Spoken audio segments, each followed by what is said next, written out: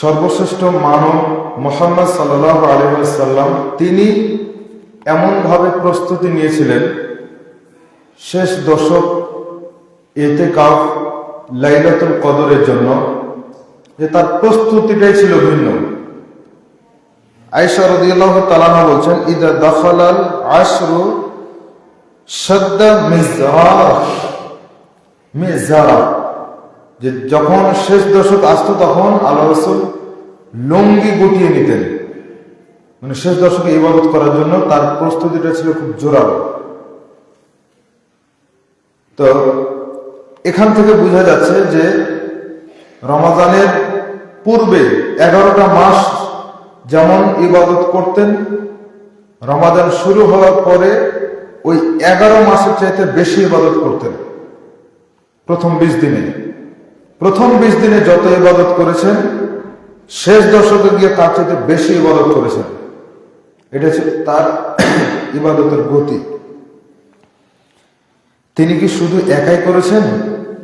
তিনি একাই করতেন না। আয়েশা রাদিয়াল্লাহু তাআলা বলেন, ওয়া আহইয়া লাইলা ওয়া আয়কাযা আহলা, তিনি নিজে রাত্রি যাপন করতেন, রাত্রে তিনি জেগে জেগে ইবাদত করতেন, আর তার পরিবারকে তিনি ডেকে ডেকে উঠাতেন, উঠিয়ে তাদেরকে ইবাদত করাতেন। মর্মে হাদিস রয়েছে সহিহ বুখারী 2024, সহিহ মুসলিম 1174, মিশকাতের 2090 নম্বর হাদিস। তাহলে আল্লাহ রাসূল সাল্লাল্লাহু আলাইহি ওয়াসাল্লাম তার স্ত্রীদের অবস্থা ছিল এটা, যে তিনি যেমন ইবাদত করতেন আর স্ত্রীকে ঘুম পাড়িয়ে রাখবেন এইরকমটা ছিল না। আমরা যেমন কেউ হয়তো এরকম আছি যে নিজে ইবাদত করি কিন্তু পরিবারের খোঁজ খবর রাখে না। নবী রাসূলদের এমনটা ছিল না, সাহাবায়ে কেরামদের এরকমটা ছিল না, সালাফে সালেহিনদের এরকমটা ছিল না। তারা নিজেরা যেমন ইবাদত করতেন, পরিবার পরিজনকেও ইবাদত করাতেন। এমনকি যখন রমাদানের সিয়াম ফরজ হয়নি তখন আশুরার সিয়াম ফরজ ছিল, বা নফল সিয়ামের মধ্যে গুরুত্বপূর্ণ সিয়াম হিসেবে ছিল। তো ওই সিয়ামগুলো সাহাবায়ে কেরাম তাদের ছোট ছোট বাচ্চাগুলোকে রাখাতেন এবং খেলনা দিয়ে তাদেরকে ভুলিয়ে রাখতেন। তারা কিভাবে ইবাদত করতেন? ওয়া'মুর আহলাকা বিস-সালাহ ওয়াসতাবির আলাইহা, যে আপনি মানুষকে সালাতের জন্য বলেন আর আপনি নিজেও এটার উপরে অটল থাকেন। সূরা তাহার মধ্যে আয়াত রয়েছে। তো এইরকম ভাবে তারা ইবাদত করেছেন। রাসূল সাল্লাল্লাহু আলাইহি ওয়াসাল্লাম নিজে তিনি ইবাদতের জন্য কোমর বেঁধেছেন, আর আমরা মার্কেটের জন্য কোমর বাঁধি। পোশাক যেন, গায়ের পোশাক, পরনের পোশাক, মাথার টুপি যেন একরকম হয়, এই জন্য আমরা কোমর বাঁধি, লুঙ্গি গুটিয়ে আমরা মার্কেটে ঘুরে বেড়াই। এই জন্য আমরা লুঙ্গি গুটাই, ইবাদতের জন্য গুটাই না। অথচ রাসূল সাল্লাল্লাহু আলাইহি ওয়াসাল্লাম সাহাবায়ে কেরাম শেষ দশককে রাজকীয় ভাবে মূল্যায়ন করতেন, মানে রাজকীয় মূল্যায়ন। এই শেষ দশকটাকে এত সম্মান করতেন, এত মর্যাদা দিতেন, এত গুরুত্ব দিয়ে ইবাদত করতেন। ইব্রাহিম নাখঈ একজন সালাফ, তিনি রমাদান মাসে প্রতি 3 দিনে একবার করে কোরআন খতম করতেন। রমাদানের প্রথম রমাদান থেকে শুরু করে 20 রমাদান পর্যন্ত প্রত্যেক 3 দিনে একবার করে কোরআন খতম দিতেন।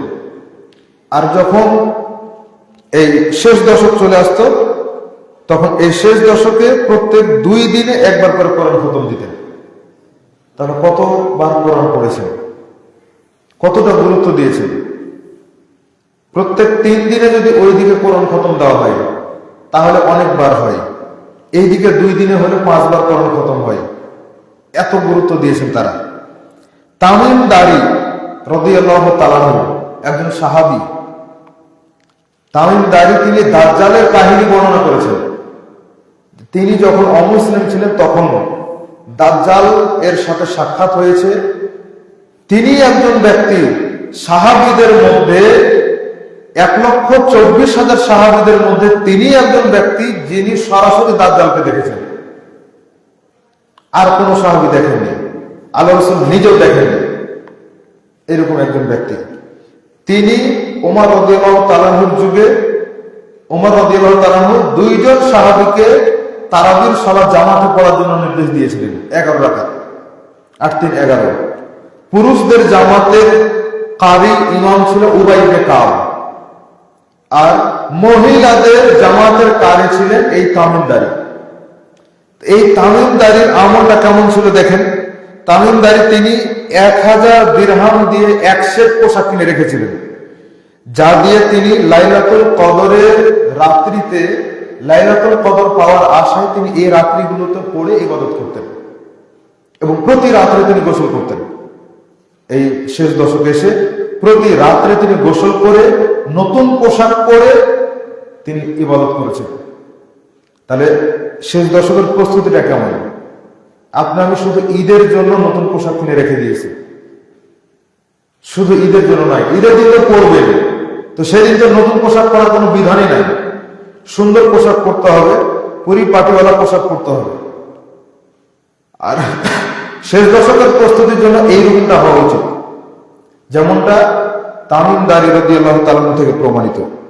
আরেকজন রয়েছে সাবিত আল বুনানি, মৃত্যু 127 হিজরি, এবং হুমায়দ আত-তাবিল তিনি 143 হিজরিতে মারা গেছেন।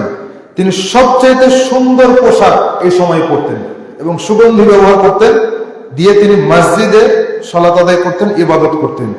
গোটা মসজিদটাকে সুগন্ধি দিয়ে ভরে দিতেন, এত দামি আতর ব্যবহার করতেন।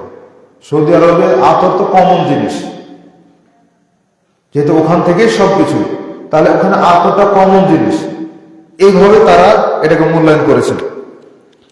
তো যেমন ভাবে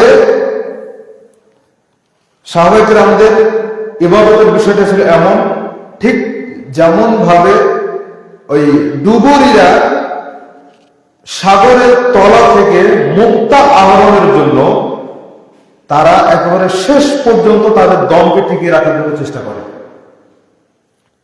আগে বালু তোলা হতো, এখন তো বালু তোলা হয় মেশিন দিয়ে, কিন্তু আগে নদী থেকে বালু তোলা হতো, মানুষ ডুব দিয়ে বালতিতে করে বালু উঠাতো। আপনাদেরও দেখা এভাবে করে বালু উঠিয়েছে, তখন তারা কিভাবে উঠিয়েছে, মানে দম কতটা রাখতে হয়। তো সাহাবায়ে কেরাম সালাফে সালেহিনদের মানে শুধু রমাদান এসেছে 10 দিন ইবাদত করলাম আমাদের মতো এইরকমটা নয়, তারা একেবারে শেষ পর্যন্ত নিজেদের দমকে টিকে রাখার চেষ্টা করেছে। ওমর রাদিয়াল্লাহু তাআলা আনহুর বর্ণনা দেখেন।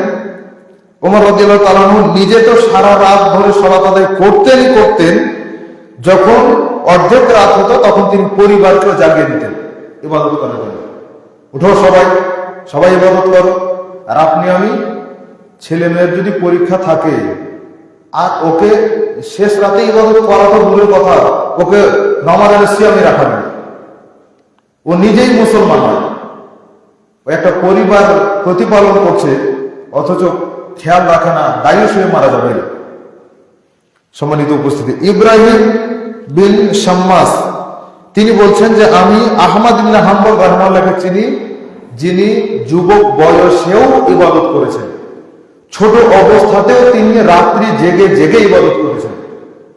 তাহলে যে ইমাম আহমদ বিন হাম্বল রাহিমাহুল্লাহকে আমরা চিনি যে তিনি ইমাম বুখারীর উস্তাদ, 10 লক্ষ হাদিসের হাফেজ। ইমাম বুখারী যেমন 6 লক্ষ হাদিসের হাফেজ, ঠিক ইমাম বুখারীর উস্তাদ আহমদ বিন হাম্বল রাহিমাহুল্লাহ তিনি ছিলেন 10 লক্ষ হাদিসের হাফেজ। তো 10 লক্ষ হাদিসের হাফেজ, বিশ্ব বরেণ্য ইমাম, বিশ্ব বরেণ্য হাফেজ ও হাদিস হওয়া যায় রাত্রিতে ইবাদত করে। তাহাজ্জুদ পড়ে না আর নিজের জীবনের উন্নতি চাইতে অসম্ভব, হতেই পারে না, কোনো দিন হবে না। যারা করেছে দুনিয়ার কিছু করতে পেরেছে, পরকালের জন্য করতে গেলে আর প্লাস দুনিয়ার জন্য করতে গেলে তাহাজ্জুদ পড়তে অভ্যাস হতে হবে, রাত্রি জেগে ইবাদত করতে হবে। রাত্রে কোরআন তেলাওয়াত সালাত, কোরআন তেলাওয়াত সালাত, এই কাজগুলো করতে হবে। শেষ দশকের প্রস্তুতিতে গুরুত্বপূর্ণ কথাগুলো বলার জন্য চেষ্টা করলাম। একজন ইমাম শিহাব ইমাম ইবনে শিহাব জোহরি রাহিমাহুল্লাহ তিনি ইতিকাফ যারা ত্যাগ করে তাদের বিষয়ে তিনি আশ্চর্য হচ্ছেন, অবাক হয়ে তিনি বলছেন যে আজাবাল লিল মুসলিমিন, ওই সমস্ত মুসলিমদের জন্য আশ্চর্য হতে হচ্ছে, অবাক হতে হচ্ছে, তারা কুলিল ইতিকাফ, যারা ইতিকাফ ছেড়ে দিয়েছে। ওয়ান নবী সাল্লাল্লাহু আলাইহি ওয়াসাল্লাম লাম ইয়াতরুকহু মুনযু দাখালাল মাদিনা হাত্তা ক্বাববাহু আল্লাহ, যে মুহাম্মদ সাল্লাল্লাহু আলাইহি ওয়াসাল্লাম মদিনায় আসার পর থেকে মৃত্যুর আগ পর্যন্ত কোনদিন তিনি ইতিকাফ ছেড়ে দেননি। মৃত্যুর আগ পর্যন্ত তিনি ইতিকাফ ছাড়েননি। তো মুহাম্মদ সাল্লাল্লাহু আলাইহি ওয়াসাল্লাম যার জীবনের আগের পরের গুনাহ মাফ, যাকে আল্লাহ পৃথিবীর সর্বশ্রেষ্ঠ মানুষ হিসেবে পাঠিয়েছেন, যাকে আল্লাহ জান্নাতে দিবেন, তো তার আগে কেউ জান্নাতে প্রবেশ করতে পারবে না। মুহাম্মদ সাল্লাল্লাহু আলাইহি ওয়াসাল্লাম জান্নাতে প্রবেশ করার আগে পৃথিবীর কোন সৎ মানুষও জান্নাতে প্রবেশ করতে পারবে না, কোন নবী রাসূলও প্রবেশ করতে পারবে না। এত বড় সম্মানিত মানুষ। তো তিনি এত বড় সম্মানিত মানুষ হওয়ার পরেও তিনি সারাটা জীবন মদিনায় আসার পর থেকে, সিয়াম ফরজ হওয়ার পর থেকে সারাটা জীবন তিনি ইতিকাফ করলেন। আর আপনাকে আমাকে আল্লাহ এমনিতে পার করে দিবেন, এত সহজ নয়। আল্লাহ তাআলা ইবাদত করেই আল্লাহর ক্ষমা নিশ্চিত করতে হবে, আল্লাহর ইবাদত করেই জান্নাত নিশ্চিত করতে হবে। যদি করতে না পারি, রমাদান এইরকম ভাবে আসবে আর যাবে, কিছুই হবে না জীবনে। এই জীবনটা পুরোটাই হতভাগ্য জীবন ছাড়া কিছু নয়। এই জন্য জীবনের এই ধারাটাকে পরিবর্তন করতে হবে, জীবনের গতিবিধিটাকে পরিবর্তন করে আল্লাহর সন্তুষ্টির জন্য কিছু করার জন্য চেষ্টা করতে হবে। মরণ যে কোনো সময় আসতে পারে। আপনি শেষ দশক এখনো আসেনি, আজকে 19 রমাদানে আমরা তারাবি পড়লাম, শেষ দশক পাবেন কিনা কোনো গ্যারান্টি। অন্তত নিয়ত রাখেন যে ইতিকাফ করব, নিয়ত রাখেন শেষ দশকে সব ধরনের কাজ বন্ধ, শেষ দশকে মার্কেট বাজার ঘোরা বন্ধ, আল্লাহর ইবাদতের সময় নেই। এরকম নিয়ত করে নিজের জীবনটাকে কাজে লাগানোর জন্য চেষ্টা করেন। যদি এইভাবে আমরা জীবনটাকে কাজে লাগাতে পারি, আর যদি জীবনটাই যদি এরকম হয় যে রমাদানে যেভাবে ডিসিপ্লিন রক্ষা করে চলেছি, নিয়ম কানুন রক্ষা করে চলেছি, এরকম যদি জীবনটাকে করতে পারি, তাহলে সাহাবদের একজন বলছেন যে জীবনটা যদি হয় রমাদান, তাহলে মৃত্যুটা হবে যেন ঈদের খুশির চাঁদ। রমাদানের মতো যদি জীবনটাকে সাজিয়ে নিতে পারি, তাহলে ঈদের চাঁদ দেখলে যেমন আমরা খুশি হয়ে যাই, ঠিক তেমনি ভাবে মৃত্যুটাও খুশির মৃত্যু হয়ে যাবে। ওই চাঁদ দেখে খুশি হওয়ার মতো মৃত্যু আল্লাহ সুবহানাহু ওয়া তাআলা দান করবেন।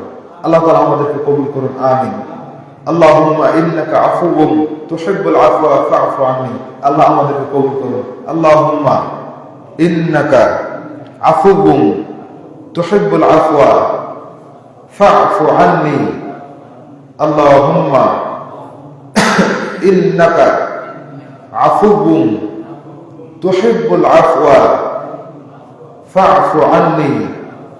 আল্লাহুম্মা ইন্নাকা আফুউন তুহিব্বুল আফওয়া ফা'ফু আন্নি। আল্লাহ তাআলা আমাদেরকে কবুল করুন, আমিন। ছোটগুলো তারা ইতিকাফ থাকতে চায়, তাদের বিষয়ে আমি একটু সন্দিহান, তবে যেহেতু তাদেরকে আমি পড়িয়েছি, আশা করি আমি কন্ট্রোল করতে পারবো। কিন্তু আমি চাই যে শুধু তারা নয়, আপনারাও ইতিকাফ করেন। বাড়িতে ইনশাআল্লাহ কোনো অসুবিধা হবে না, খাবার দাবার নিয়ে কোনো ঝামেলা হবে না, সবাই মিলে একসাথে খাওয়া যায়। একজনের খাবার 2 জনের হয়, 3 জনের হয়ে যায়। তো তাহলে এত চিন্তা কিসের? পরিবারে তো সেফটি আছে। একটু ইতিকাফ করে ইবাদত করার জন্য চেষ্টা করেন। আল্লাহ কবুল করুন, আমিন। আসসালামু আলাইকুম ওয়া রাহমাতুল্লাহি ওয়া বারাকাতুহু।